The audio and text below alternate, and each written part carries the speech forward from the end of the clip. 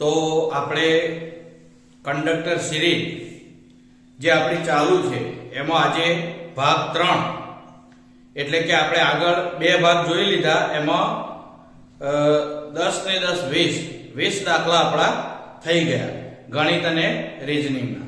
હવે આજે આપણે ભાગ 3 ચાલુ કરીએ છીએ.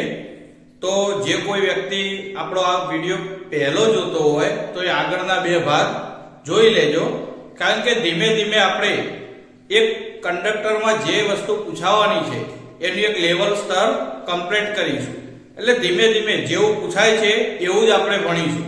બહુ હાઈ લેવલ પણ નહીં જઈએ, કારણ કે કંડક્ટરની એક્ઝામ છે તો કંડક્ટર લેવલનું એટલે કે જે આવતું છે એ હું તમને તમામ કરાવી દઈશ. તો આજે આપણે ભાગ 3 શરૂઆત કરીએ. તો જુઓ, પહેલો જ આપણો રીઝનિંગનો દાખલો છે. હેમંત ઉત્તર દિશા તરફ 20 મીટર ચાલે છે. મિત્રો, પહેલા તો મેં તમને 2 ભાગ મારા જોયા હશે, એમને ખબર જ છે કે મેં કહેલું જ છે કે દિશા અને અંતરનો દાખલો દેખાય તો રકમ વાંચવા રહેવાનું નહીં, કારણ કે આટલી રકમ વાંચીએ તો વાંચતા જ આપણે અડધી મિનિટ જતી રહે. વાંચવા નહીં રહેવાનું, જેમ કહ્યું છે એમ ડ્રો કરવાનું, એટલે કે આકૃતિ બનાવવાની ચાલુ જ કરી દેવાની. એટલે મિત્રો આપણે એ જ રીતે શરૂઆત કરીશું કે હેમંત ઉત્તર દિશા તરફ 20 મીટર ચાલે છે. બરાબર? તો અહીંયા આપણે હેમંત લઈ લઈએ. બરાબર? ઉત્તર દિશા તરફ 20 મીટર ચાલે છે એટલે ઉત્તર દિશા અને અહીંયા 20 મીટર. મિત્રો, એક વસ્તુ છે બીજું કે જવાબમાં એક નજર નાખી દેવાની કે પૂર્વ 45 મીટર, પશ્ચિમ 45 મીટર, એટલે કે દિશા અને માપ બંને આપેલું હોય તો પછી આપણે માપ લખવાનું. જો ખાલી એવું જ કીધું હોય કે કઈ દિશામાં છે તો પછી આવા માપ આપ્યા હોય તો પણ લખવાની કોઈ જરૂર નથી, પરંતુ આપણને દિશા અને માપ બંને આપેલું છે એટલે આપણે લખવું પડશે. તો હેમંત ઉત્તર દિશા તરફ 20 મીટર ચાલે છે. આ 20 મીટર ચાલ્યો પછી તે પોતાની જમણી બાજુ, જો મિત્રો આપણો જમણો હાથ એ જમણી બાજુ, આપણો ડાબો હાથ એ ડાબી બાજુ, આટલું યાદ રાખવાનું. તો જમણી બાજુ કેટલું 30 મીટર ચાલે છે. તો આ 30 મીટર થઈ ગયું. હવે ત્યારબાદ ફરીથી તે પોતાની જમણી તરફ વળી 35 મીટર ચાલે છે. અહીંયા ઊભો હોય તો એનો જમણો હાથ એટલે નીચે આવે, તો જમણા હાથે વળી 35 મીટર. જો મિત્રો આવું હોય તો એક વસ્તુ છે, અહીંયા 20 મીટર હતું તો આની લાઈનમાં અહીંયા 20 મીટર થઈ જશે. એટલે અહીંયા આપણે પહેલા 20 મીટર લખી દેવાનું અને પછી કેટલું 35 કીધું છે તો કેટલું વધે તો 15. તો અહીંયા 15 લખી દેવાનું. 20 અને 15 35 થઈ ગયું. પછી આગળ પછી તે ડાબી તરફ વળી 15 મીટર ચાલે છે. અહીંથી એની ડાબી તરફ એ આમ ચાલે છે તો એની ડાબી તરફ કઈ હોય? આ બાજુ. તો ડાબી તરફ કેટલું 15 મીટર. તો અહીંથી આ 15 મીટર ચાલે છે. બરાબર? અને છેવટે તે ફરીથી ડાબી તરફ વળી 15 મીટર ચાલે છે. હવે અહીંયા છે તો ડાબી તરફ એટલે ઉપરની બાજુ થાય, તો અહીંયા 15 મીટર. તો જુઓ મિત્રો, અહીંયા આપણે અલગ લખ્યું હતું તો આપણને ખ્યાલ આવી ગયો કે અહીંથી 15 મીટર આની લાઈનમાં જશે. તો અહીંયા આવી છેવટે તે ઊભો રહે છે. બરાબર? હવે પ્રશ્ન છે, તો તે મૂળ સ્થાનથી કઈ દિશામાં અને કેટલો દૂર હશે? હવે મૂળ સ્થાન એટલે અહીંયા હતો, અહીંયાથી આ દિશા કઈ થાય? તો અહીંયા આપણે જોઈએ આમ, તો આ ઉત્તર દક્ષિણ, તો આ કઈ દિશા થાય? પૂર્વ દિશા થાય. એટલે પહેલું તો એ કે પૂર્વ દિશા આવી એટલે આ તો જવાબ ના જ આવે. બરાબર? અને કેટલો દૂર એટલે આપણે અંતર શોધવાનું છે. તો જુઓ મિત્રો, હવે અહીંથી આ અંતર કેટલું હતું? તો ઉપર લખ્યું એટલું જ હોય. તો અહીંથી આ અંતર 30 મીટર થાય, પ્લસ હવે અહીંથી આ અંતર શોધવાનું છે તો આ હોય એટલું જ થાય. તો આ કેટલું છે? 15 મીટર. તો 30 અને 15 કેટલું થશે? 45. અને દિશા ઓલરેડી કઈ આવી ગઈ? પૂર્વ. તો આપણો જવાબ થઈ જશે પૂર્વ અને 45 મીટર. તો જવાબ આપણો ઓપ્શન એ, પૂર્વ 45 મીટર. હવે આપણે જોઈશું આગળ નેક્સ્ટ દાખલો. જો મિત્રો, હવે છે જો અમુક કોડમાં MARINE ને AMIREN લખવામાં આવે તો એ જ કોડમાં INSIDE ઇનસાઇડ ને કઈ રીતે લખી શકાય. તો મિત્રો મેં તમને પહેલા પણ કહ્યું હતું કે આવો કોઈ પણ પ્રશ્ન આપ્યો હોય કોડમાં લખવાનો તો આપણે પહેલા તો બે શબ્દો જે આપેલા હોય એ લખી દેવા ઉપર નીચે, એટલે આપણને ખ્યાલ આવી જ જશે.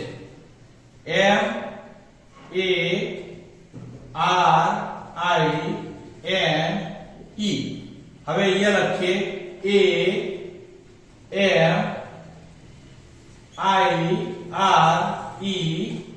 AMIREN, બરાબર. અને આપણે કયો શબ્દ શોધવાનો છે તો INSIDE.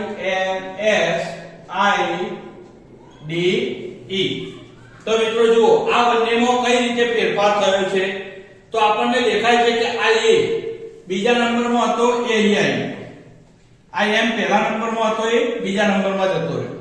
પછી I તો I ચોથા નંબરમાં હતો ત્રીજા નંબરમાં આવ્યો અને આ ચોથા નંબરમાં. એટલે કે બે બે શબ્દોની ચોકડી પડે છે. ખ્યાલ આવ્યો? જો અહીંયા જતો રહ્યો અને અહીંયા તો એ જ પ્રમાણે અહીંયા આપણે ચોકડી પાડી દઈએ તો પહેલો કયો આવી જશે N અને બીજો કયો આવી જશે I, ત્રીજો કયો આવશે તો I અને ચોથો કયો આવશે S. આ ક્યાં આવશે D અહીંયા અને આ D અહીંયા E આવશે અને D અહીંયા. તો હવે આવો શબ્દ જવાબમાં શોધી લેવાનો NIISED. તો NIISDE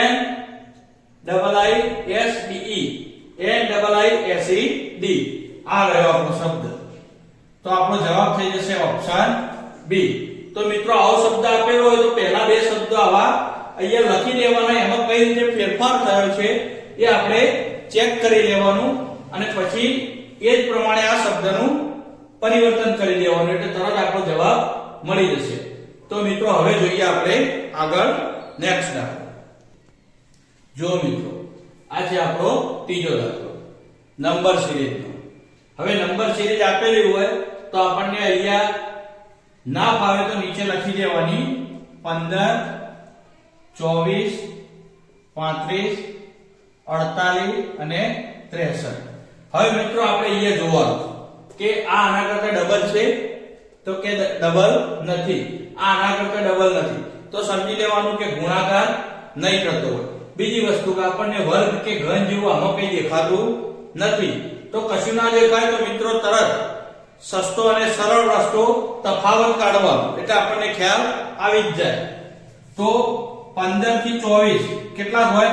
15 ને 10 25 એટલે 9, 24 ને 10 34 ને 35 એટલે 11. અહીંયા જોઈએ આપણે તો 35 ને 10 45 ને 3 48 એટલે 13. તો આ જોઈને આપણને ખ્યાલ આવી જાય કે આ બધી કેવા આંકડાઓ છે તો એકી સંખ્યાઓ છે 9 11 13. હવે આગળ અહીંયા 48 માં 63 જાય તો 15. તો અહીંયા કયો આંકડો આવશે 17. તો 63 માં 17 ઉમેરીશું તો આપણો જવાબ આવી જશે 7 ને 3 10 એટલે 0 વધી 1 100 ને 7 ને 8 તો આપણો જવાબ થઈ જશે 80. જો મિત્રો તફાવત કાઢ્યો તરત જ ખ્યાલ આવી ગયો. આ સંખ્યાઓ જોઈને જ આપણને ખ્યાલ આવી જશે કે આ સિરીઝ કઈ રીતે ચાલે છે. તો આનો તફાવત કમ્પ્લીટ એકી સંખ્યાઓ છે.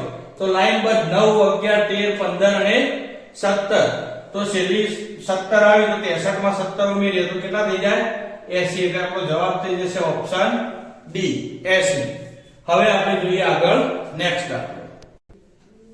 જો મિત્રો આ બેઠક વ્યવસ્થાનો દાખલો છે. 40 છોકરાઓ એક હરોળમાં ઊભા છે. R ડાબા છેડેથી 12મો છે અને T જમણા છેડેથી 18મો છે. R અને T વચ્ચે કેટલા છોકરાઓ છે? તો મિત્રો જુઓ આમાં ઘણી બધી રીતે લોકો દાખલો ગણતા હોય છે કે સૂત્ર મૂકી દેવાનું, +1 કરી દેવાનું અને -1 કરી દેવાનું. આપણે એવું કંઈ કરવાનું નથી. આપણે જેમ કહ્યું છે એ જ પ્રમાણે આકૃતિ ડ્રો કરીશું એટલે આપણને ખ્યાલ આવી જશે. તો 40 છોકરાઓ એક હરોળમાં R ડાબા છેડેથી 12મો છે. હવે ડાબો આપણો ડાબો એ ડાબો છેડો, જમણો હાથ એ જમણો છેડો. તો ડાબો છેડો, તો અહીંયા ડાબો છેડો પહેલા તો લખી દઈએ, બરાબર. r ડાબા છેડેથી 12મો છે, તો r ના આગળ કેટલા હશે? 11 હશે, અને 12મો કોણ હશે? r. તો અહીંયા r લખી દેવાનું.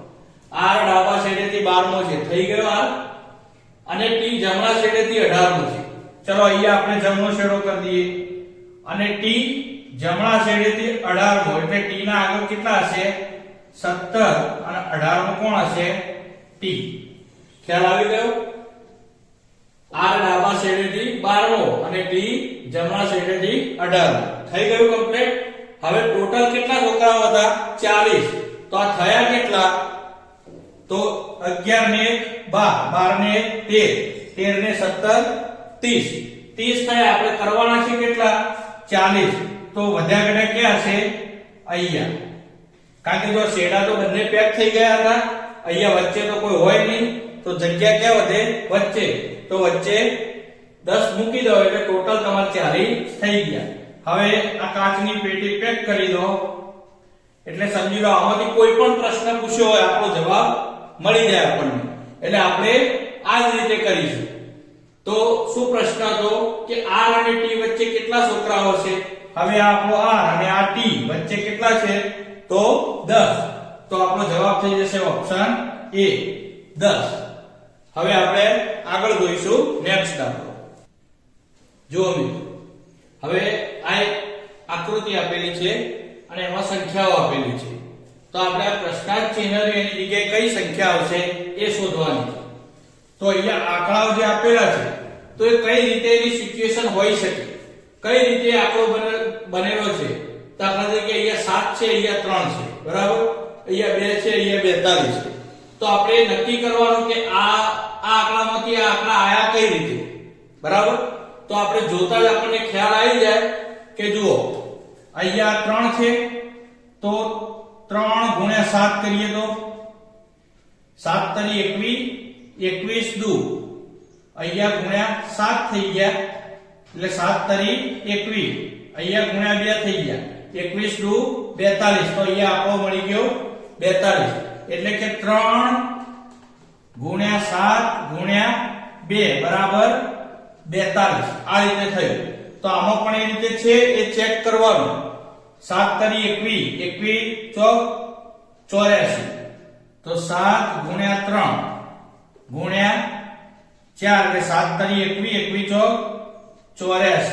હા, તો બંને આકૃતિઓ એ રીતે છે. તો ત્રીજી આપણે એ રીતે બનાવી દેવાની. તો શું થશે? 5 ગુણ્યા 8 ગુણ્યા 2 બરાબર કેટલા થાય? તો 5 × 40, 40 દુ 80. તો આપણો જવાબ થઈ જશે 80. એટલે આપણો જવાબ આવી જશે ઓપ્શન C, 80. હવે જોઈએ આપણે નેક્સ્ટ દાખલો. જુઓ મિત્રો, એક સંખ્યાના 2 પંચમાંશના 1 ચતુર્થાંશના 3 સપ્તમાંશ બરાબર 15 થતું હોય તો તે સંખ્યાનું અડધું કેટલું થાય? તો જુઓ મિત્રો, મેં તમને આગળના એક લેક્ચરમાં કહ્યું હતું કે આપણે કોઈ ના શબ્દ આવે તો એનો અર્થ થાય ગણિતની ભાષામાં ગુણાકાર. તો એક સંખ્યા, હવે એક સંખ્યા એટલે આપણને ખબર નથી, તો આપણે લખી દઈશું x. તો x ના 2 પંચમાંશ એટલે ના આવ્યો તો ગુણાકાર 2 પંચમાંશ. પાછો ના આવ્યો તો ફરીથી ગુણાકાર 1 ચતુર્થાંશ. પાછો ના તો ગુણાકાર 3 સપ્તમાંશ બરાબર કેટલું થાય? 15 થાય. તો એ સંખ્યાનું અડધું કેટલું થાય? અડધું આપણે પછી કરીશું, પહેલા આ સોલ્વ કરી દઈએ. તો જુઓ સોલ્વ કઈ રીતે થશે? તો x ને એકલો પાડવો પડશે. હવે x ને એકલો પાડવો હોય તો આ બધું ક્યાં લઈ જવું પડશે? પેલી બાજુ. તો 15 ની બાજુમાં લઈ જવું પડશે. તો શું થઈ જશે? x બરાબર આ 15 છે તો 15 એમને એમ લખવાના. આ બધું આ નીચે છે એ બધું ક્યાં જશે? ઉપર. તો અહીંયા 5 ગુણ્યા 4 ગુણ્યા 7 આ થઈ જશે. હવે આ ઉપર છે એ ક્યાં આવશે? નીચે. તો 2 ગુણ્યા 3. બસ હવે આના છેદ ઉડાડો એટલે આપણને જવાબ મળી જશે. તો અહીંયા છેદ ઉડાડીએ 2 દુ 4, 3 એકા 3, 3 પંચા 15. તો 7 દુ 14, 14 પંચા 70, 70 પંચા 7 પંચા 35 એટલે 350. હવે જુઓ મિત્રો, આ 350 આવી ગયા. અહીંયા ઓપ્શનમાં 350 છે એટલે આપણે હરખીલા થઈ ટીક નહીં કરી દેવાના. એનું કારણ છે કે અહીંયા પૂછેલું છે તે સંખ્યાનું અડધું કેટલું થાય, એટલે આ આખી સંખ્યા મળી છે. આનું આપણે અડધું કરવાનું. અડધું કરવું હોય તો શું કરીશું? તો 350 ભાગ્યા 2. ખ્યાલ આવ્યો? તો 2 એકા 2, 2 સિત્યા 14 અને 2 પંચા 10. તો અડધું કેટલું થાય? 175. તો અહીંયા ઓપ્શન એ આપણો જવાબ થઈ જશે. તો આપણો જવાબ થશે 175. ખ્યાલ આવી ગયો? ઉતાવળ નહીં કરવાની. પૂછેલું શું છે એ ચેક કરી પછી જ જવાબ લખવાનો. તો હવે આપણે આગળ જોઈએ નેક્સ્ટ દાખલો. જો મિત્રો, આ છે ટકાવારીનો દાખલો. કોઈ શાળામાં 60% વિદ્યાર્થીઓ છોકરાઓ છે. જો શાળામાં 972 છોકરીઓ હોય તો શાળામાં છોકરાઓની સંખ્યા શોધો. તો મિત્રો એક વસ્તુ નક્કી હોય કે અહીંયા ટકા આપેલા હોય તો હંમેશા દાખલા તરીકે અહીંયા લખ્યું છે કોઈ શાળામાં 60% વિદ્યાર્થીઓ. તો શાળામાં કુલ ટોટલ વિદ્યાર્થીઓ આપણે શોધવા હોય તો કેટલા હોય? કોઈ બી જગ્યાએ કુલ હોય અને ટકાવારીમાં હોય તો સમજી લેવાનું 100% હોય. તો કુલ ટોટલ કેટલા હશે? 6% હશે. એમાં શું કીધું છે? 60% વિદ્યાર્થીઓ છોકરાઓ, એટલે છોકરા હશે અને છોકરીઓ હશે. એમાં 60% શું હોય? તો આપણને આપેલું છે 60% વિદ્યાર્થીઓ છોકરા. તો છોકરીઓ કેટલી હશે? તો 40% થાય. ટોટલ 100% હોય, 60% છોકરા હોય તો છોકરીઓ કેટલી હોય? 40%. હવે 40% છોકરીઓ હોય તો આપણે છોકરીઓની સંખ્યા આપી દીધી છે. તો આપણે અહીંયા તી રાશિ મૂકી શકીએ કે 40% છોકરીઓ હોય તો એની સંખ્યા કેટલી? 972. તો આપણે શોધવાનું શું હતું? છોકરાઓની સંખ્યા. તો છોકરા આપણને આપેલા છે 60%. તો 60% છોકરાઓની સંખ્યા બરાબર કેટલી? તો અહીંયા ચોકડી ગુણાકાર 60 ગુણ્યા 972 ભાગ્યા 40. હવે જો મિત્રો, આ ટકા અહીંયા છે, આ ટકા અહીંયા છે, તો ટકા આ પણ નીકળી જાય. અહીંયા લખીએ તો પણ ટકા ઉડી જાય. હવે જો 0 0 ઉડી ગયા. હવે ચારે ભાગ ચલાવીએ સીધો. તો 4 દુ 8, 1 વધ્યો, 4 ચોક 16, 1 વધ્યો, 4 તરી 12. હવે 6 તરી 18, 18 18 વધી 1, 6 ચોક 24 ને 1 25 નો 5 વધી 2, 6 દુ 12 ને 2 14. તો આપણો જવાબ કેટલો થઈ ગયો? કેટલા છોકરાઓ હશે? તો 1458. તો જવાબ આપણો હશે બી, ઓપ્શન બી, 1458. ખ્યાલ આવી ગયો મિત્રો? તો હવે જોઈએ આપણે નેક્સ્ટ દાખલો. જો હવે 8મો દાખલો. વરુણ કુમાર એક મોટર કાર રૂપિયા 30,000 માં ખરીદે છે. તેઓ તેના પર 5,000 ખર્ચ કરે છે તથા રૂપિયા 8,000 નો વીમો લે છે. જો તે આ મોટર કાર 52,000 માં વેચે તો તેને કેટલા ટકા નફો થાય? આપણે નફો શોધવાનો છે પણ ટકામાં. તો પહેલા તો આપણે કિંમતમાં નફો શોધી લઈએ. તો શું કરે છે? પહેલા 30,000 માં મોટર કાર ખરીદે છે પ્લસ તેઓ તેના પર 5,000 ખર્ચ કરે છે, એટલે 5,000 ખર્ચ પ્લસ હજુ શું કરે છે? 8,000 નો વીમો લે છે. તો ટોટલ આ મોટર કાર આ વરુણ કુમારને કેટલામાં પડી? તો સમજો 30 ને 5 35, 35 ને 8 43. આ મોટર કાર વરુણ કુમારને 43,000 માં પડી. બરાબર? હવે શું કરે છે? એ મોટર કાર 52,000 માં વેચી દે છે. તો 52,000 માં વેચી દે તો એમને નફો કેટલો થાય? તો જો 52,000 માંથી 43,000 શું કરવાના? માઈનસ કરવાના. તો 52 માંથી 43 જાય તો કેટલો નફો થાય? 9,000 રૂપિયા એમને નફો થયો છે. તો હવે 9,000 રૂપિયા નફો એમને શેના ઉપર થયો? તો 43,000 ઉપર. કારણ કે એમને કેટલા રૂપિયા ખર્ચ્યા હતા 43. તો 43,000 રૂપિયા ઉપર ડાયરેક્ટ આપણે કરવું હોય તો આ રીતે કરીએ કે 43,000 રૂપિયા ઉપર 9,000 રૂપિયા નફો થયો તો આપણે શું શોધવાનું છે ટકા. તો 100 રૂપિયા ઉપર કેટલો નફો થાય ખ્યાલ આવ્યો? જો ના ખબર પડે તો 83 પદ મૂકી દેવાનું કે 43,000 ઉપર કેટલો નફો થયો 9,000 રૂપિયા. તો 100 ઉપર કેટલો નફો થાય? હવે આને ચોકડી ગુણાકાર કરશો તો આ આવી જશે. તો જુઓ અહીંયા 1 2 ને 3 3 શું ઉડાડીએ તો 1 2 ને 3. તો હવે 900 નીચે 43. તો હવે ભાગાકાર કરવો પડે. તો આપણે સાઈડમાં ભાગાકાર કરી લેવાનો. 900 ભાગ્યા 43. તો 43 દુ 86.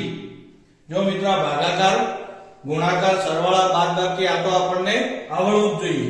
43 દુ 86. અહીં કેટલા વધશે 4 ઉપરથી ઉતારી 0.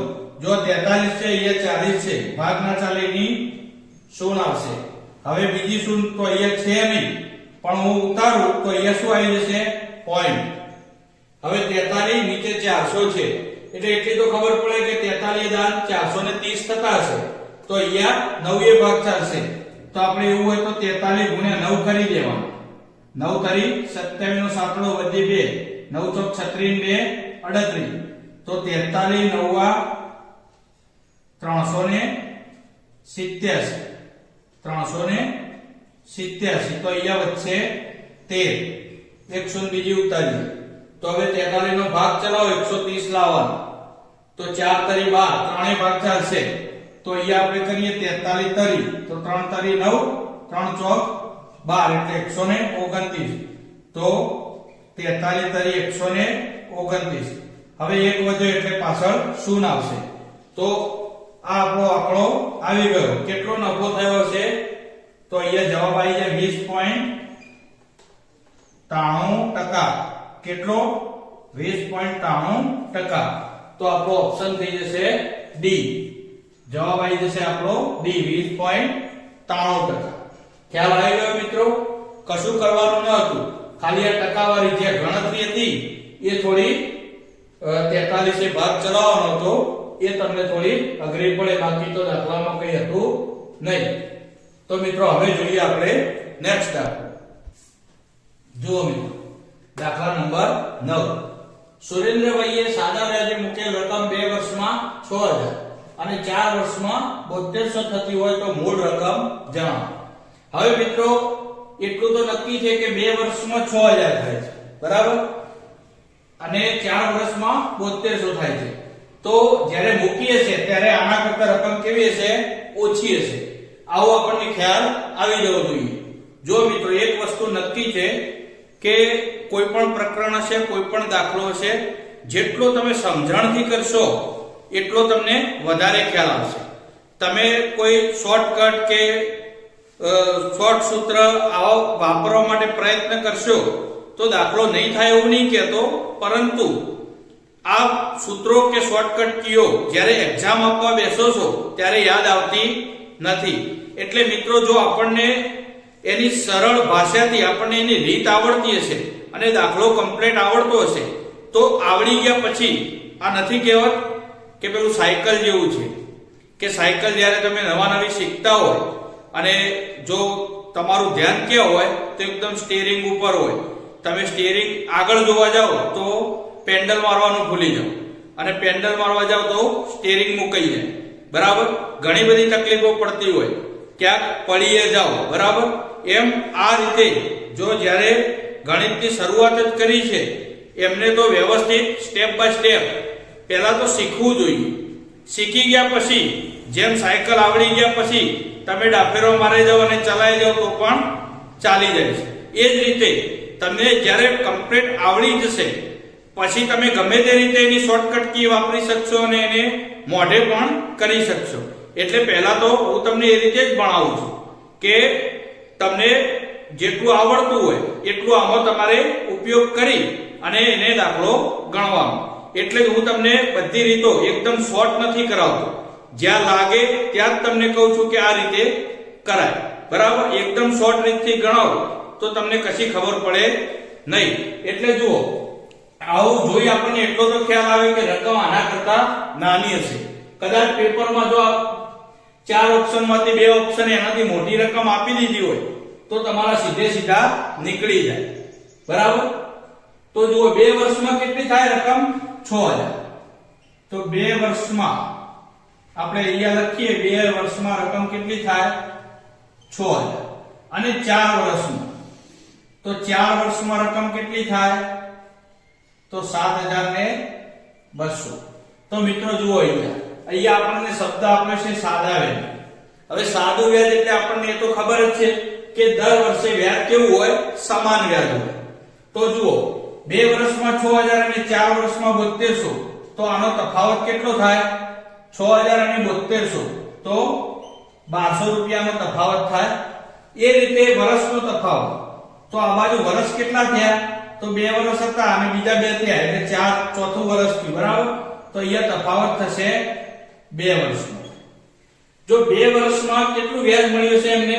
6000 ની રકમ હતી. બરાબર, 2 વર્ષમાં 6000 ની રકમ હતી અને 4 વર્ષમાં કેટલી થઈ? 7200. તો 2 વર્ષની અંદર એમને વ્યાજ કેટલું મળ્યું? 1200 રૂપિયા. તો સમજણથી આપણે ગણીએ તો 1 વર્ષમાં વ્યાજ કેટલું મળ્યું છે? તો આપણને ખ્યાલ આવી જાય 600 રૂપિયા. 1 વર્ષમાં વ્યાજ કેટલું મળ્યું છે? 600 રૂપિયા. હવે જો 2 વર્ષમાં આ રકમ 6000 થઈ. કેટલા વર્ષમાં? 2 વર્ષમાં. એટલે એમને અગાઉ 2 વર્ષમાં 6000 થઈ, તો આ 6000 નું વ્યાજ કેટલું હશે? તો 2 વર્ષનું વ્યાજ હોય તો 2 વર્ષનું વ્યાજ કેટલું થાય? 1 વર્ષનું 600 થાય છે, તો 2 વર્ષનું 1200 થાય. તો મિત્રો આપણે અહીંયા 6000 માંથી 1200 રૂપિયા માઈનસ કરીશું એટલે આપણને અહીંયા શરૂઆતની મૂડી સુરેન્દ્રભાઈએ જે પૈસા મૂક્યા છે એ રકમ મળી જશે. તો 6000 માંથી 1200 બાદ કરો તો કેટલા થાય? 4800. તો સુરેન્દ્રભાઈએ શરૂઆતમાં કેટલા મૂક્યા છે? 4800. 4800 મૂક્યા છે, દર વર્ષે એમને 600 વ્યાજ મળતું હશે. તો 4800 માં તમે 1200 ઉમેરો તો આ 2 વર્ષ પછી 6000 થઈ જાય અને 6000 પછી બીજા 2 વર્ષ 1200 ઉમેરો એટલે 4 વર્ષ પછી 7200 થઈ જાય. તો આપણો જવાબ આવશે 4800, ઓપ્શન એ. હવે આપણે જોઈએ આગળ નેક્સ્ટ દાખલો. જો મિત્રો, આ જે 4320 ને નાનામાં નાની કઈ સંખ્યા વડે ગુણવાથી તે પૂર્ણઘન બને. જો મિત્રો, આ ટાઈપના કોઈ દાખલા હોય અને એક્ઝામમાં આવી જાય તો આમાં જુઓ તમે, આ એક ગુણવાથી શબ્દ લખ્યો છે. બરાબર, એની જગ્યાએ ભાગવાથી શબ્દ લખ્યો. ગુણવાથી શબ્દ લખ્યો છે એની જગ્યાએ ભાગવાથી, કે 4320 ને નાનામાં નાની કઈ સંખ્યા વડે ભાગવાથી તે પૂર્ણઘન બને. તો પણ આ જ રીતે આ જ જવાબ આવશે, કોઈ ફરક પડશે નહીં. એટલે કે અહીંયા ગુણવાથી હોય કે ભાગવાથી હોય, જવાબમાં કોઈ ફરક પડશે નહીં. બીજું, અહીંયા પૂર્ણઘન શબ્દ લખ્યો છે એની જગ્યાએ પૂર્ણ વર્ગ પણ લખીને આપી શકે કે પૂર્ણ વર્ગ બને. તો પૂર્ણ વર્ગમાં કઈ રીતે થાય હું આગળ તમને કહું છું. અત્યારે આપણે પૂર્ણઘન, બંનેમાં રીત એક જ છે. બરાબર, ખાલી થોડો તફાવત છે ગણ્યા પછી, એવું તમને સમજાવું છું. તો પૂર્ણઘન બનાવ્યું હોય તો પહેલા તો આને આપણે ભાગ પાડવા પડશે. તો 4320, બરોબર, એને આપણે ભાગાકારની રીતે ભાગ પાડી દઈએ. તો પહેલા તો કેટલા ભાગ ચાલશે? 2. તો 2 દુ 4, 2 એકા 2, 2 6 12 અને 0. હજુ પાછળ શૂન્ય છે એટલે 2 ભાગ ચાલશે. જો મિત્રો, આવા દાખલા આવે તો તમને વિભાજ્યતાની ચાવીઓ આવડતી હોવી જોઈએ કે કેટલાય ભાગ ચાલશે એનો ખ્યાલ આવી જવો જોઈએ. જો 2 ચલાવીએ તો 2 એકા 2, બરાબર, ભાગ ના ચાલે એની 0. 2 8 16, ભાગ ના ચાલે એની 0, બરાબર. હજુ 2 ચાલશે તો 2 5 10, 2 4 8, હજુ 2 ચાલશે, 2 દુ 4, 2 7 14, હજુ 2 ચાલશે, 2 એકા 2, 2 3 2 તરી 6, 2 5 10. જો મિત્રો, હવે અહીંયા પાછળ 5 આવી ગયું એટલે 2 ચાલશે નહીં. 5 ને 3 8 ને 1 9, તો 3 ચાલશે. તો 3 3 ચોક 12, એક વધ્યો 3 પંચો 15, હજુ 3 ચાલશે તો 15 તરી 45, હજુ 3 ચાલશે 3 પંચા 15, હવે 5 ચાલશે તો 5 એકા 5. હવે જો આ જે આઈ સંખ્યા એ બધી આપણે સાઈડમાં લખી દઈશું. 2 કેટલી વખત છે? 1 2 3 4 5, 3 4 અને 5, પછી 3 3 વખત 1 2 3 અને એક વખત છે 5. બરાબર, આટલી સંખ્યાઓ છે.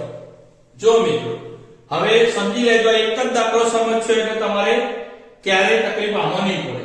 જો આ રીતે કર્યું, સંખ્યાઓ બધી લખી દીધી, હવે બનાવવાનું છે શું? પૂર્ણ ઘન. તો પૂર્ણ ઘન બનાવવાની હોય તો 3 3 ના જોડકા બને. કેટલા? 3 3 ના. તો જુઓ અહીંયા 3 નું જોડકું બની ગયું. હવે અહીંયા 2 જ બન્યા. 2 જ બન્યા તો એને 3 બનાવવા શું કરવું પડે? તો 1 2 આપવા પડે. હું અહીંયા 1 2 આપું તો 3 નું જોડકું થઈ જાય. બરાબર, હવે આનું કામ પૂરું થઈ ગયું. હવે આ 3 તો 3 ના જોડકામાં છે તો એને કશું આપવા લેવાનું થતું નથી. હવે 5 તો 5 એક વખત છે તો આપણે શું કરવું પડશે? 2 વખત આપવા પડશે. તો 2 વખત આપી દીધા તો આ થઈ ગયું. તો આમાં આ સંખ્યા મૂકી દઉં તો બધી પૂર્ણ ઘન થઈ જાય. તો હવે જુઓ, હવે આનો ગુણાકાર કરી દેવાનો. 5 5 25, 25 દુ 50. તો કહેવાનો મતલબ એ થયો કે આ સંખ્યાને 4320 ને જો 50 વડે ગુણવામાં આવે તો એ સંખ્યા કેવી બની જાય? પૂર્ણ ઘન બની જશે. તો આપણો જવાબ થઈ જશે ઓપ્શન બી 50. પરંતુ જો મિત્રો એવું કહેવામાં આવ્યું હોય કે પૂર્ણ વર્ગ બનાવવા માટે, તો આ જે આપણે 3 3 ના જોડકા બન્યા તો પૂર્ણ વર્ગ બનાવવો હોય તો 2 2 ના જોડકા કરવાના. તો પછી આવું થાય, આ 2 તો આમાં એક આપવો પડે. બરાબર, પછી આ 2 અહીંયા એક આપવો પડે અને આને એક આપવો પડે. ખ્યાલ આવ્યો? તો એ રીતે આપણે થાય. એ પૂર્ણ વર્ગનો દાખલો આગળ આવશે એટલે હું તમને ફરીથી સમજાવીશ. પરંતુ આ પૂર્ણ ઘન. હવે જુઓ મિત્રો, આપણે થોડું સરળ કરવું હોય તો આ સંખ્યા અહીંયા લખવાની કોઈ જરૂર નથી. અહીંયા એક વખત આવી ગયું તો અહીંયાથી સીધું જ આપણે કરી શકીએ. જો અહીંયાથી આપણે સીધું જ કરી શકીએ કે પૂર્ણ ઘન બનાવીએ તો આ 3 નું જોડકું. હવે આ 2 થયા તો એક વખત આને 2 આપવા પડે. આ 3 નું જોડકું થઈ ગયું. હવે આ 5 એક વખત છે તો 5 2 વખત આપવા પડે. તો 5 5 25 દુ 50. તો આપણો જવાબ મળી જાય ઓપ્શન બી 50. તો મિત્રો અહીંયા આપણો આ વિડિયો પૂરો થાય છે. પરંતુ જો તમે કોઈ ચેનલને સબસ્ક્રાઇબ ના કરી હોય તો કરી લેજો અને તમારા મિત્ર સર્કલમાં શેર કરજો. અને જો વિડિયો ગમતા હોય, તમને મારી ભણાવવાની રીત તમને અનુકૂળ આવતી હોય તો વિડિયોને લાઈક જરૂરથી કરજો. તો હવે આપણે મળીશું નેક્સ્ટ ભાગ 4માં. ત્યાં સુધી આવજો.